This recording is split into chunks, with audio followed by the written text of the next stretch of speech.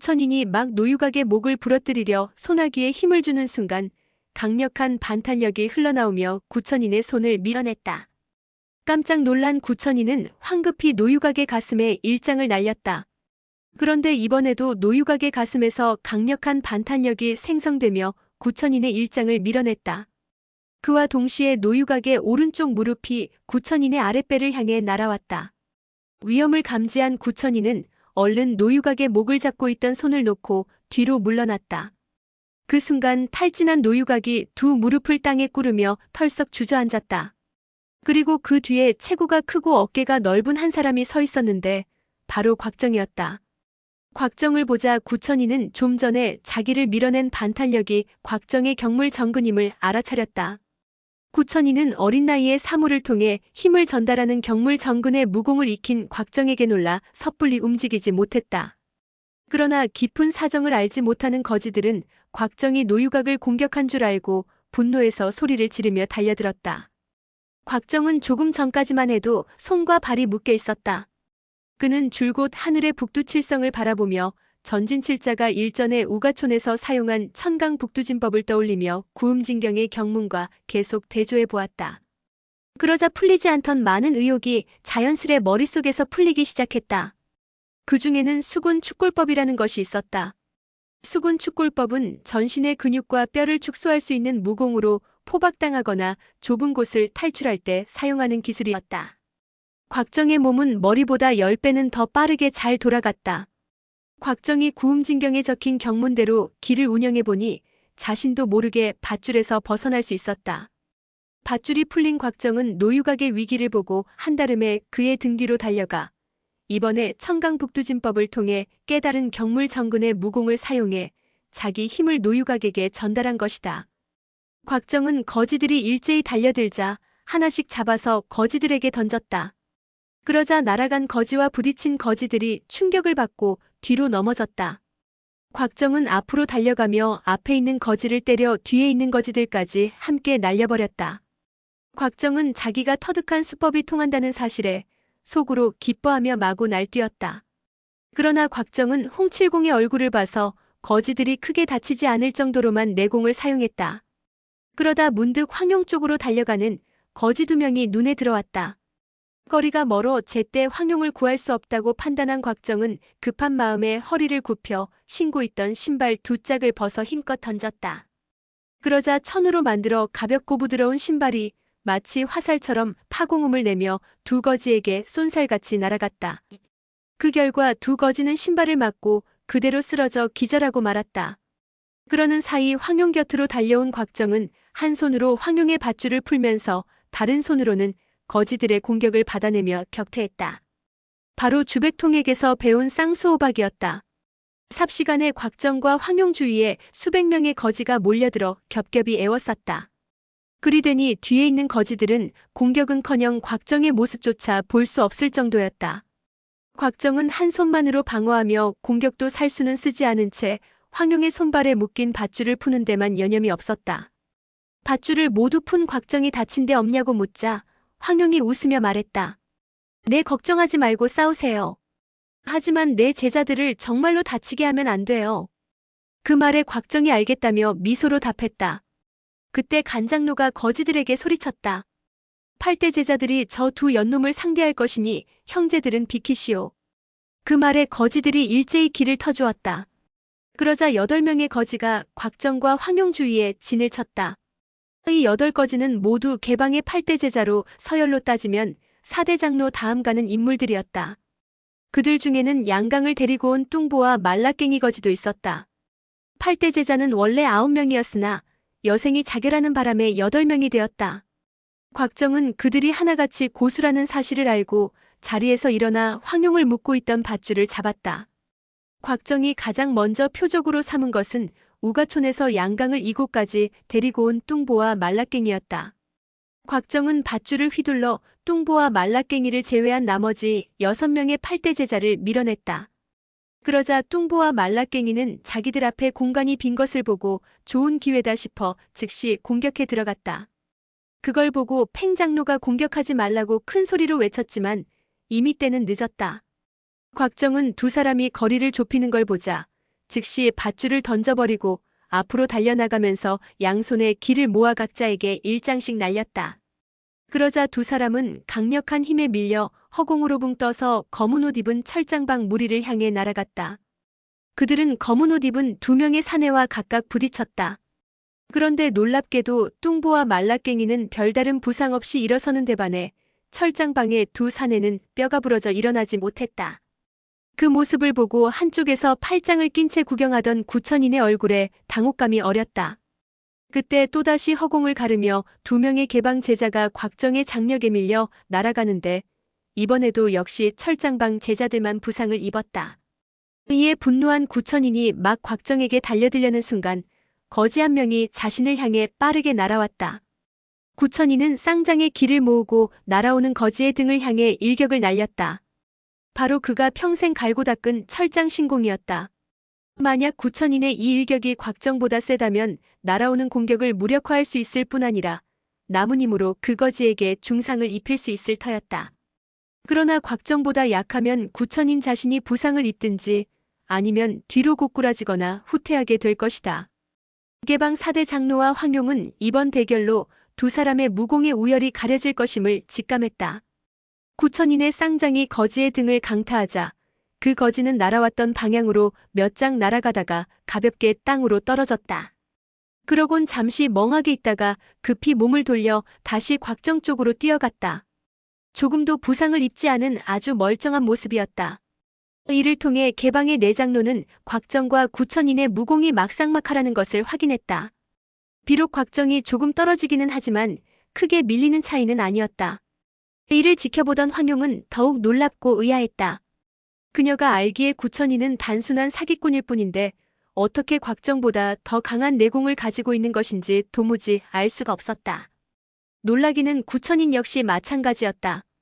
구천인은 이번 충돌로 곽정의 무공 수위를 어느 정도 파악했다. 내공으로 따지면 자기가 곽정보다 조금 위이기는 했지만 승부를 장담하기는 쉽지 않았다. 구천인은 개방 무리들에게 둘러싸여 있는 상황에서 굳이 개방의 적인지 아군인지도 모르는 젊은 고수와 위험을 무릅쓰고 싸우고 싶진 않았다. 그는 곧 오른손을 휘둘러 철장방을 뒤로 물렸다. 그러는 사이에도 곽정은 개방의 8대 제자들을 혼내주고 있었다.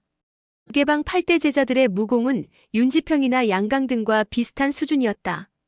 만약 곽정이 사부의 얼굴을 생각해서 봐주지 않았다면 이들은 벌써 죽거나 부상을 입었을 것이다. 명확하게 힘의 우열이 가려지자 8대 제자들은 더 이상 덤벼들지 못했다. 그 모습을 팽장로가 녹이 띈 얼굴로 바라봤다. 황용은 팽장로의 얼굴을 보자 지난번에 홍칠공이 했던 말이 떠올랐다. 강호에는 섭심술이라는 게 있는데 그것은 사람을 갑자기 잠들게 만들어 무방비 상태로 만드는 일종의 사술이었다. 황용이 조용히 곽정에게 물었다. 오빠, 구음진경에는 섭심법 같은 게 없나요? 그 말을 듣고 가만히 생각에 잠겼던 곽정이 이혼대법의 경문을 알려주었다. 황용은 원래 내공이 견실한 데다 머리도 영리해 한 번만 듣고도 이치를 통달했다. 그녀는 즉시 눈을 감고 호흡을 조절하며 조용히 참선에 들어갔다. 잠시 후 조용히 눈을 뜨자 의식이 있는 듯 없는 듯 무아의 경지에 다다랐다. 곽정과 개방의 8대 제자들이 대치하고 있는 아주 짧은 시간이었지만 황용에게는 그 정도 시간으로도 충분했다. 오빠 됐어요. 이제 양강 저놈을 혼내주러 가요. 곽정과 황용은 나란히 선 다음 양강을 노려보며 성큼성큼 발걸음을 내디뎠다. 곽정의 막강한 위력을 본 양강은 불안함에 급히 소리쳤다. 내분 장로님, 여기 수많은 영웅호걸이 있는데 어찌 저놈이 설치도록 내버려두는 것이오? 그러면서 급히 간장로 뒤로 몸을 숨겼다. 그러자 간장로가 고개를 돌려 낮은 소리로 말했다. 빵주, 안심하십시오. 저놈의 무공이 아무리 높아도 인해 전술에는 당하지 못할 것입니다. 그러면서 모든 거지에게 소리쳤다. 견벽진을 펼쳐 차륜전을 시작하라. 그러자 거지들이 일제히 이해하고 대답하더니 10명씩 무리를 지었다. 그리고 5명씩 이열로 서서 뒷줄에 있는 5명이 두 팔로 서로 잡고 앞줄이 밀리지 않게 지지벽 역할을 했다. 그러더니 호령 소리와 동시에 일제히 곽정과 황용을 향해 돌진했다. 곽정은 이 괴상한 전법을 보고도 후퇴하지 않고 견고한 벽이 가까이 오기를 기다렸다가 벽 중앙의 사람에게 일장을 날렸다. 그러자 앞줄의 5명도 두 팔을 서로 끼더니 뒷줄의 5명과 함께 곽정의 장력에 저항하는 것이 아닌가. 곽정의 장력이 아무리 강해도 10명의 체중이 한꺼번에 합쳐지고 속도까지 붙은 견벽지는 꿈쩍도 하지 않았다. 더구나 곽정은 개방 거지들에게 살수도 사용할 수 없는 상황이었기에 힘만으로 밀어내기에는 역부족이었다. 곽정은 견고한 벽에 부딪혀 쓰러질 뻔했으나 급히 왼발에 힘을 주어 공중으로 떠올라 인간벽의 머리 위로 날아갔다. 그런데 땅에 발이 닿기도 전에 또 하나의 견고한 벽이 덮쳐오는 것이 아닌가. 곽정은 급히 숨을 들이쉬고 오른발을 굴러 다시 머리 위로 날아갔다. 그러나 견고한 벽들이 또다시 물밀듯이 밀려왔다. 하나를 피하면 다른 하나가 연이어 닥쳐오는 것이 마치 거대한 수레바퀴가 계속 굴러오는 듯했다. 곽정의 무공이 아무리 높다 한들 이내 전술에는 속수무책일 수밖에 없었다. 황용 역시 사정은 별반 다를 게 없었다. 황용은 곽정보다 내공은 못하지만 신법의 날렵함은 곽정보다 훨씬 뛰어났다. 그러나 거대한 벽이 계속해서 밀려들자 황용도 피하는데 한계를 느꼈다. 숨이 가빠오고 심장이 요동쳤다. 황용은 동해 번쩍 서해 번쩍하며 피하다가 어느덧 곽정과 함께 산봉우리 끝으로 몰리게 되었다. 그때 갑자기 좋은 생각이 떠올랐다. 오빠 절벽 끝으로 피하세요. 곽정은 이 소리를 듣고 무슨 뜻인지는 알 수 없으나 시키는 대로 절벽 끝으로 피했다. 그러자 개방의 견고한 벽이 갑자기 걸음을 멈추고 더 이상 돌진해 오지 않았다. 그제야 곽정도 이해할 수 있었다. 뒤는 낭떠러지이니 저들도 자칫 돌진해 오다가 발을 제때 멈추지 못하면 바로 떨어져 죽게 된다. 그러니 자연스럽게 발을 멈출 수밖에. 곽정이 황용을 바라보며 총명하다고 칭찬해 주려는데 갑자기 황용의 얼굴이 어두워졌다. 그 이유는 더 두껍고 더 넓은 인간벽이 한 걸음씩 천천히 다가오고 있었기 때문이다. 개방의 견벽지는 두 사람을 몰 때처럼 빠르게 돌진해 오는 것이 아니라 아주 천천히 전진해서 두 사람을 절벽 밑으로 밀어버리려 했다. 수백 명이 열을 이루니 머리 위로 뛰어넘을 수도 없었다. 곽정은 숨을 한번 크게 들이쉰 다음 두 팔을 뻗어 황용을 안고 나지막이 속삭였다. 빨리 도망가. 그러곤 황용의 뺨에 가볍게 입을 맞추고 젖먹던 힘까지 짜내 황용을 헌원대로 던졌다. 그러자 황용의 몸이 붕 뜨더니 수백 명의 머리 위로 날아갔다. 곽정은 몽고에 있을 때 마옥과 함께 매일 밤 절벽을 타고 오르내렸다. 혼자 몸이라면 뒤가 절벽이라고 해도 사실 큰 문제가 될 것은 아니었다. 황용은 두 무릎을 살짝 구부려 가볍게 누대 위에 착지했다. 이때 누대 끝에서 득이양양하게 서서 손짓발짓하며 전열을 지휘하고 있는 양강의 모습이 눈에 들어왔다. 황용은 몸을 완전히 세우기도 전에 앞으로 몸을 날렸다. 양강은 갑자기 황용이 하늘에서 뚝 떨어지자 깜짝 놀라 녹죽봉을 들고 치려 했다.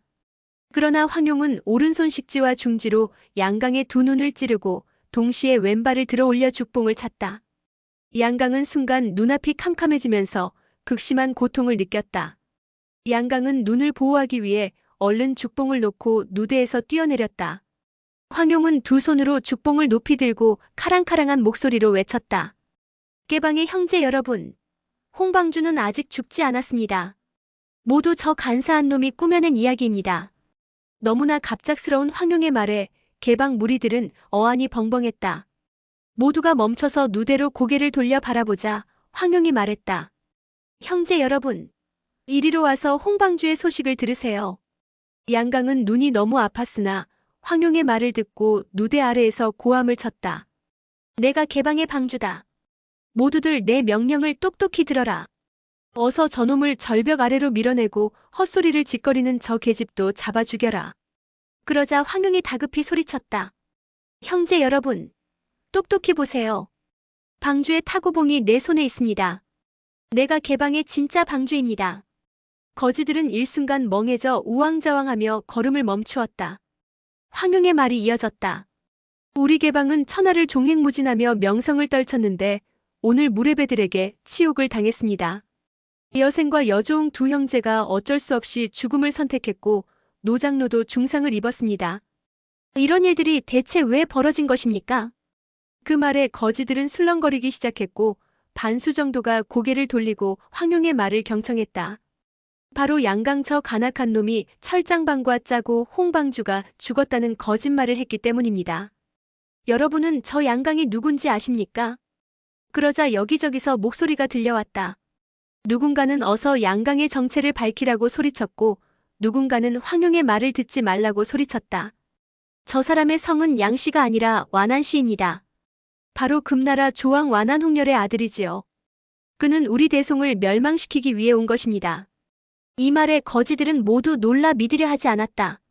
황룡은 순진한 곽정과 달리 동사 황약사의 딸답게 권모술수에 능했다. 황룡은 품속에서 일전에 주총이 구천인에게서 훔쳤던 철장을 꺼내들었다. 황룡은 철장을 높이 들고 소리쳤다. 형제 여러분, 이걸 보십시오. 제가 방금 저 간악한 놈에게서 뺏은 물건입니다. 모두들 똑똑히 보십시오. 이것이 무엇입니까? 그러자 개방 무리가 호기심에 헌원대 앞으로 우르르 몰려들었다. 곧이어 거지들 사이에서 철장방의 철장 표식이 왜 저 여자 손에 있냐고 아우성이 터져나왔다. 황룡이 웃으며 답했다. 맞습니다. 이건 철장방의 철장입니다. 양강 저놈은 철장방의 첩자였기에 이 철장을 지니고 있었던 것입니다. 생각해 보십시오. 개방은 북방에서 의협심을 떨치고 일어난 지 이미 수백 년이 되는데 어찌 쉽게 기반을 버리고 강남으로 물러날 수 있단 말입니까? 황룡의 말에 양강은 헌원대 아래에서 이미 얼굴이 사색이 되었다. 양강은 재빨리 품속에서 비수를 꺼내 황룡의 심장을 향해 날렸다. 두 사람 간의 거리가 워낙 가까운 데다 양강의 출수 또한 빨라서 쉽게 피하기 어려워 보였다. 두 줄기의 은빛이 황룡을 향해 날아가자 개방 무리 중 수십 명이 암기를 조심하라고 고함쳤다. 그러나 황룡은 전혀 아랑곳하지 않았다. 곧이어 양강이 날린 비수 두 개가 황룡의 심장에 적중했으나 황룡이 입고 있는 연희갑에 부딪혀 쨍강 하는 소리만 내고 땅바닥에 힘없이 떨어지고 말았다. 완안강, 도둑이 제발 저린다더니 내 놈이 떳떳하다면 왜 암기를 날려 나를 해치려 드는 것이냐? 그 모습을 보자 개방 무리는 더욱 혼란스러워 술렁거렸다. 거지들은 모두 당혹스러운 기색을 띤 채 일제히 사대 장로를 바라보며 판단해주기를 기다렸다. 거지들의 견고한 인간벽은 이미 흩어진 지 오래였다. 곽정은 인파를 해치고 누대 앞으로 나아갔다. 그러나 아무도 그런 곽정에게 신경 쓰지 않았다. 노유각은 이미 정신을 차리고 깨어나 다른 세 장로와 머리를 맞대고 의논했다. 노유각이 먼저 입을 열었다. 지금 가장 시급한 것은 홍방주의 생사를 확인하는 것이오. 그러니 양쪽의 이야기를 자세히 들어봅시다. 그러나 정의파의 세 장로는 생각이 달랐다. 이미 방주를 옹립했는데 어찌 마음대로 바꿀 수 있겠소? 우리는 개방의 선조들께서 지켜오신 규율대로 방주의 명령에 절대 복종할 것이오. 그러면서 정의파 세 장로는 서로 손짓을 주고받더니 양강 곁으로 가서 섰다. 우리는 양방주의 말씀만을 믿소. 저 계집은 사악한 적들을 도와 홍방주를 죽이고 죄를 남에게 뒤집어 씌우기 위해 헛소리를 찌꺼리는 것이오. 저 계집의 요망한 말에 절대 넘어가서는 안 될 것이오. 형제들, 당장 전현을 끌어내려 사실대로 실토하도록 혼내줍시다. 팽장로가 다른 거지들을 설득하느라 외쳐대는 사이 곽정이 헌원대로 올라갔다. 누가 나서겠소? 늠름하게 나서는 곽정을 보고 아무도 감히 헌원대로 올라갈 생각조차 하지 못했다. 구천이는 무리를 이끌고 멀찍이 서서 강 건너 불구경하듯 바라보고 있었다. 개방에서 일어난 내용의 내심 흡족한 기색이었다. 이때 황룡의 낭낭한 목소리가 울려 퍼졌다. 홍방주는 지금 이만 황궁 내에 잘 계십니다. 황궁의 음식이 드시고 싶어서 그곳에 머무르시며 과분하게도 저에게 본방을 이끌라 방주의 자리를 내주셨습니다. 실컷 드시고 나면 이곳으로 오셔서 여러분과도 다시 만날 수 있을 것입니다. 개방 사람들치고 홍방주가 먹을 것에 목숨을 건다는 사실을 모르는 자가 없었으므로 모두가 황룡의 말이 전혀 거짓은 아닐 거라고 생각했다. 다만 이처럼 가녀린 어린 처녀에게 방주 자리를 넘겨줬다는 것에는 수긍하기 힘들었다. 황룡이 거지들에게 다시 말했다.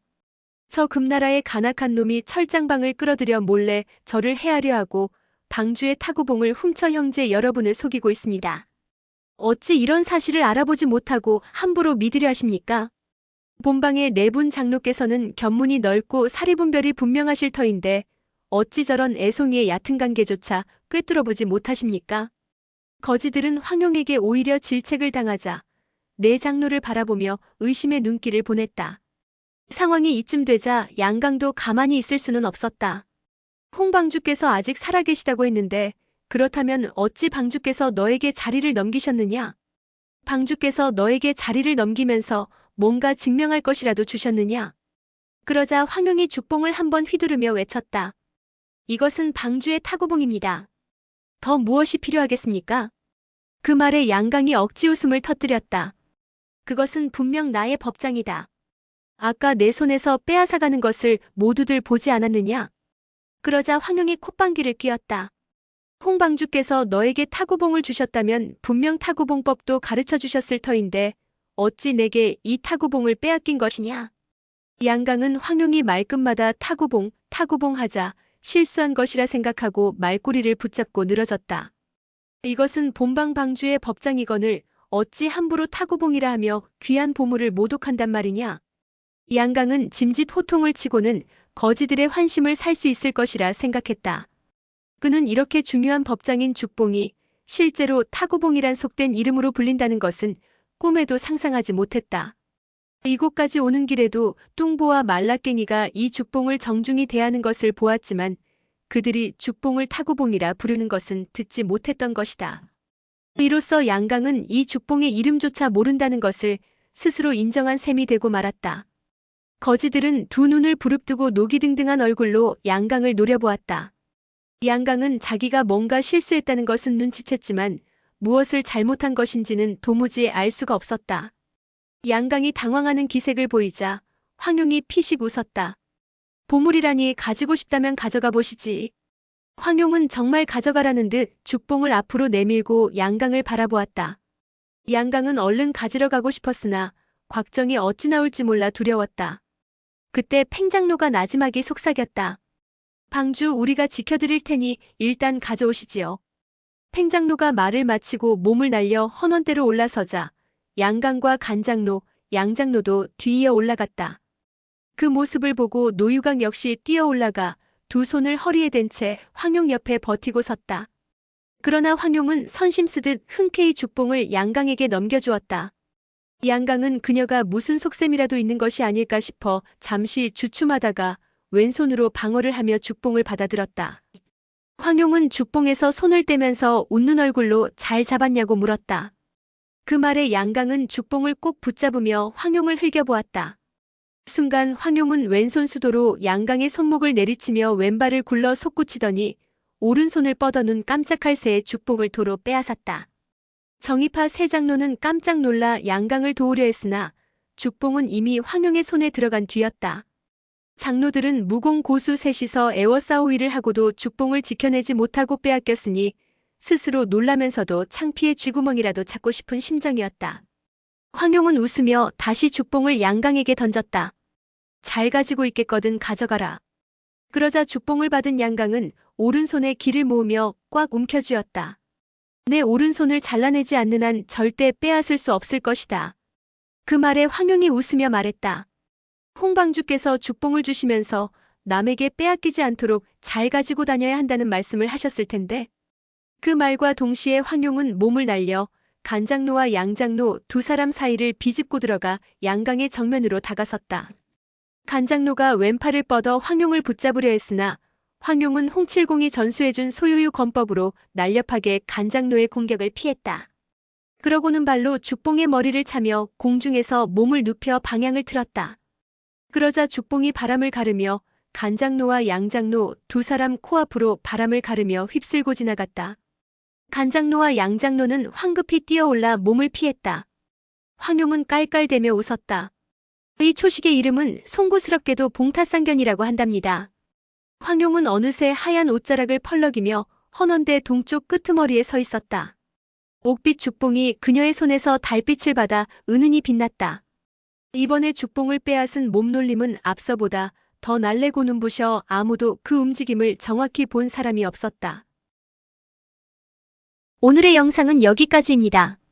영상이 도움이 되셨다면 구독과 좋아요, 알람 설정 부탁드립니다. 시청해주셔서 감사합니다.